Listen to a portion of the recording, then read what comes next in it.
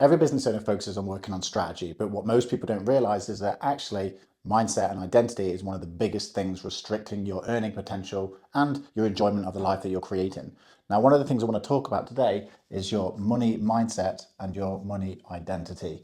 These are things that are formed very early on in life, but it actually takes some critical awareness to understand what's impacting you, how it's impacting you, and what to do to reverse it and actually move forward from it. So I just want to go through a few key things with you. So first of all, for me, growing up, I was very poor. We lived in a council house. At one point, we even stayed in the spare bedroom of somebody else's council house with my mum, my brother, and myself. So that's the level of poverty we were in. I'm sure there are people out there that are worse off, and I get that. I'm not here to make comparison about whose life was worse. I'm just showing you that where I started was not where I am today. So yeah, I grew up in a very poor situation in a council house. This is something we have in the UK where people are basically given a free or very cheap house so that they can live somewhere and not have to live on the streets. Now, I've got a little story to tell you. So when I was young, maybe 7 or 8, I was coming back from school and I found this £20 note on the floor. And I was like, wow. I never really saw £20 notes. It wasn't something very common in our house, but I thought, wow, this is incredible. So I ran home with absolute excitement to tell my mum, Mum, look, I found this on the floor. The first thing she said to me was, have you stolen this? I was like, no, I've not stolen it. I found it on the floor. And she was like, well, we probably need to hand it into the police station to see if anybody's reported it lost. I was like, oh, okay. I really took the wind out of my sails. I was planning on buying £20 worth of sweets with that. And she was like, yeah, and what I'll do is I'll let you know if anyone claims it or if we can have it back. I was like, okay, yeah, great, no worries. And time went on and I kind of forgot about this £20 note. But a while later, it came back to me and I asked my mum. And eventually she admitted to me that she actually spent the £20 note on tights because she needed it for a job interview. Because my mum was working a couple of jobs and going to college at night to try and get a better education so that she could actually get a better job. So at this point, she went for an interview and she needed some tights to wear. So she used the £20. And at the time, I thought, well, a bit unfair, but okay, what can I do about it? It's my mum. She's like my authority figure. So I kind of let it go. So I just want you to remember that story. Just remember this £20 note story for a second. Now, when you have a poor money mindset and you attach that to your identity and the way that you see the world, what you'll tend to notice is that even later on in life, when you start to earn more money, as a result of the mindset that you have, you'll end up spending more money. So as the earnings go up, the spending goes up, which means the amount you have available either remains the same or you actually can end up with less than what you had before because you'll start getting into debt, getting things on finance and things like this. And this is what I found happened to me. I started my first job like 16K, then it went up to 20, then it went up to 28, then it went up to 30, then it went up to 39. So eventually I was making okay money, but I always found that I never actually had any more money because as my earnings went up, my spend went up as well. It also led me, and you may notice this, to think that most people are scammers. I didn't trust people. Now I'm going to tie this back to the story for you. When I had the £20 experience, I didn't think much of it. But as I started to reflect back on this, one thing that I recognized was that the reason I thought that everyone that taught you how to earn money was a scammer, because it didn't make sense to me that other people would want to help you make money. Like, why would they do that? Even my mum didn't want to help me make money. In fact, when I had money, my mum took it from me and she lied to me in order to get the money. And this is someone that loves me. So I associated that with, if I can't trust my mum with my money, how am I going to trust this coach or this mentor or this consultant or whatever it is? So I had very low trust. And I thought most things, if not everything, was a scam. So this meant that I didn't invest in myself. I didn't trust these people that said they could help me. So therefore I shunned them and just tried to figure things out on my own. Read some books here and there, did a little bit of internet searching, and then kind of just like tried to watch what people were doing. But if it wasn't free, I wasn't interested.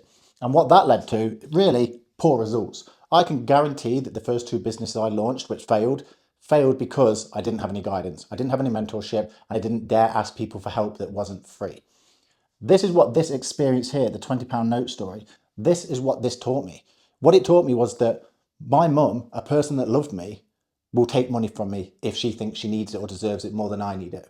So what I need to do is every time I get money, spend it as fast as I can, because if I haven't got it anymore, nobody can take it. And this is the reason that my spend was going up as my earning was going up, which also prevented me from investing, from paying off debt. I'd just pay off the minimum each time because that's as little as I needed to give, and then I'd try and buy the next thing and the next thing and the next thing. And that obviously meant that I'd get poor results, but also my debt would go up. So I had a big ass mortgage. I had car payments. I had credit card debt. I'd put holidays on credit card. I'd buy clothes on credit card or store cards because I just wanted to spend the money. And it was almost like I thought I'd tricked the game, like I was really smart, really clever. Because it's like if I spend the money before I actually earn it, then as soon as I earn it, it's already allocated, which means no one can take it from me. That was the thinking I had. Now, in reality, that wasn't what was happening. Like my mum wasn't trying to steal money from me. I could equally say she wasn't necessarily trying to help me by taking the money. She was trying to help herself. But with a bigger goal, I can see what she was trying to do now. But this is the problem. It's not very easy just to go through this process of like, oh yeah, this is why these are my problems. Because a lot of the time we're not aware that these are the problems. Because as I was earning more money, I was thinking things are going well. Oh, I'm going on better holidays now. I've got a bigger house now. I've got a better car now. I'm wearing better clothes now. I'm going out for more food, more meals. I'm buying better gifts for people at Christmas and birthdays. And that's what it kind of felt like. And then you get that recognition of Jay's got a nice car, Jay's got a nice house, Jay's doing really well. And that kind of supports your ego in thinking that, wow, this is the way that it should go. And I see this a lot. And I'm not just talking about low six-figure business owners, I'm talking about seven-figure business owners as well. These people can just end up throwing money because of the money mindset they have. So the next question is, how do I figure this out? How do I figure what actually went on and what is impacting my mindset, my money mindset, and really any type of mindset issues I have? How do I figure this out? And that's what I want to share with you now. So what we have to do is you have to look at three core stages in life. We have to look at the future life, so the life that you actually want to create. We have to look at where you're at now, and then we have to look at your past.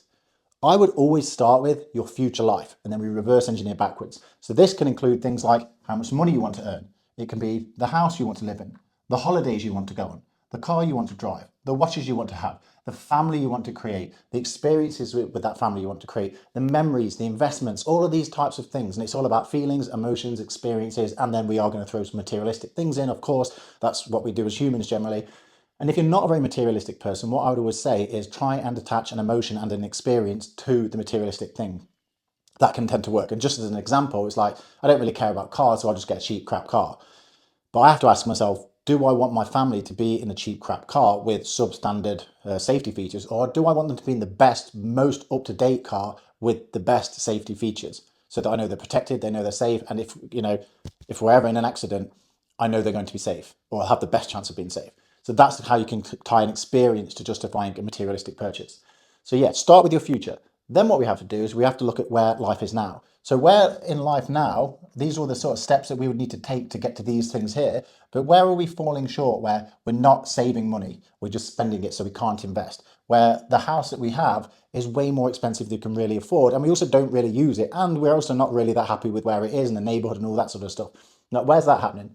Where are we just paying for holidays where we don't really need them? We're just going for the sake of going it, not really enjoying it, and we're kind of becoming a bit numb to the holidays and experiences that we're having.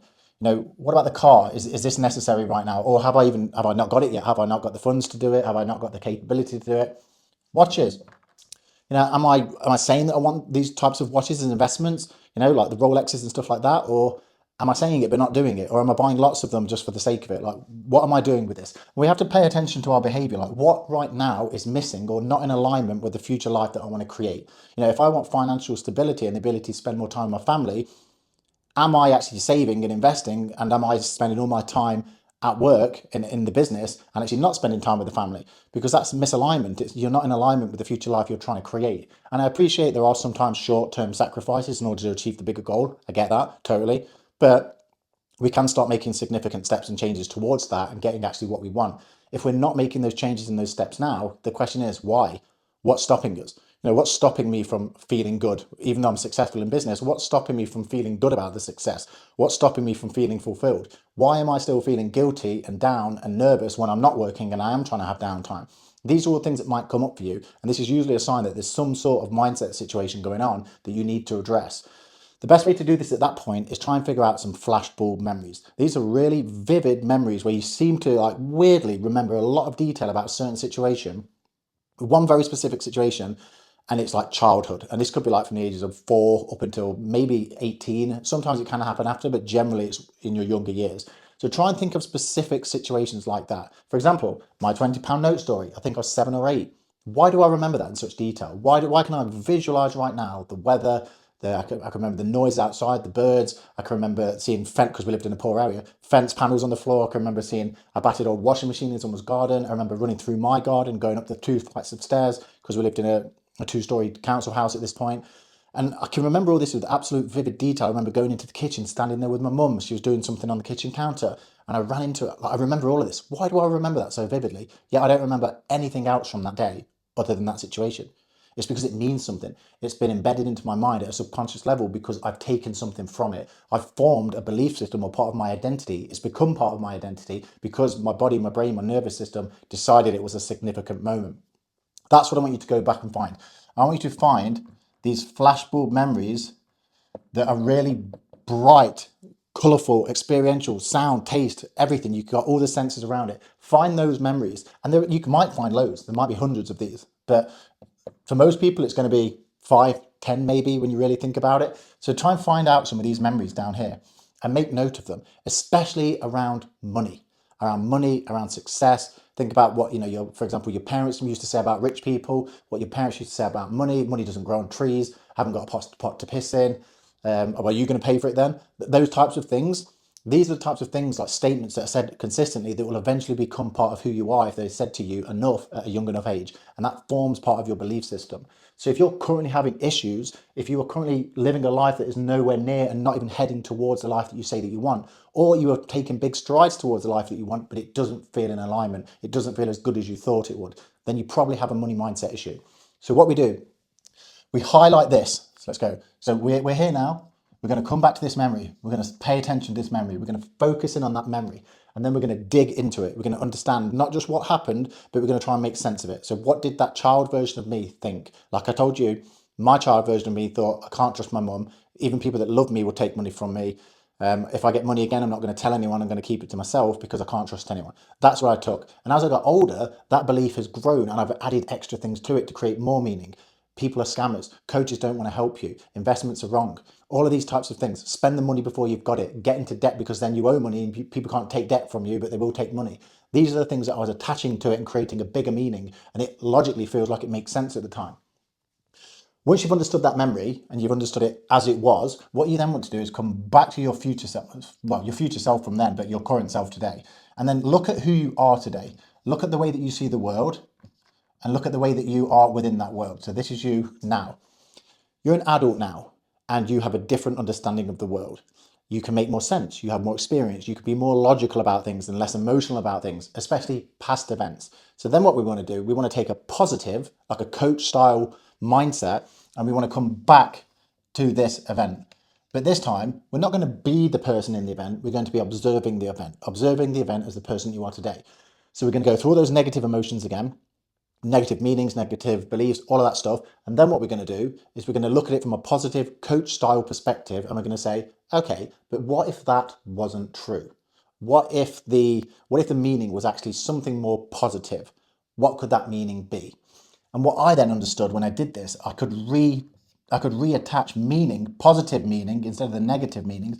I could reattach positive meanings to the situation. So for me, my mum was super poor. She was working 2 jobs. She was studying at night and a £20 note presented itself. She needed some ties. She wanted to look her best, give herself the best chance of getting this better paid job, which meant she could just work a good job and get paid more money and have more time with her family.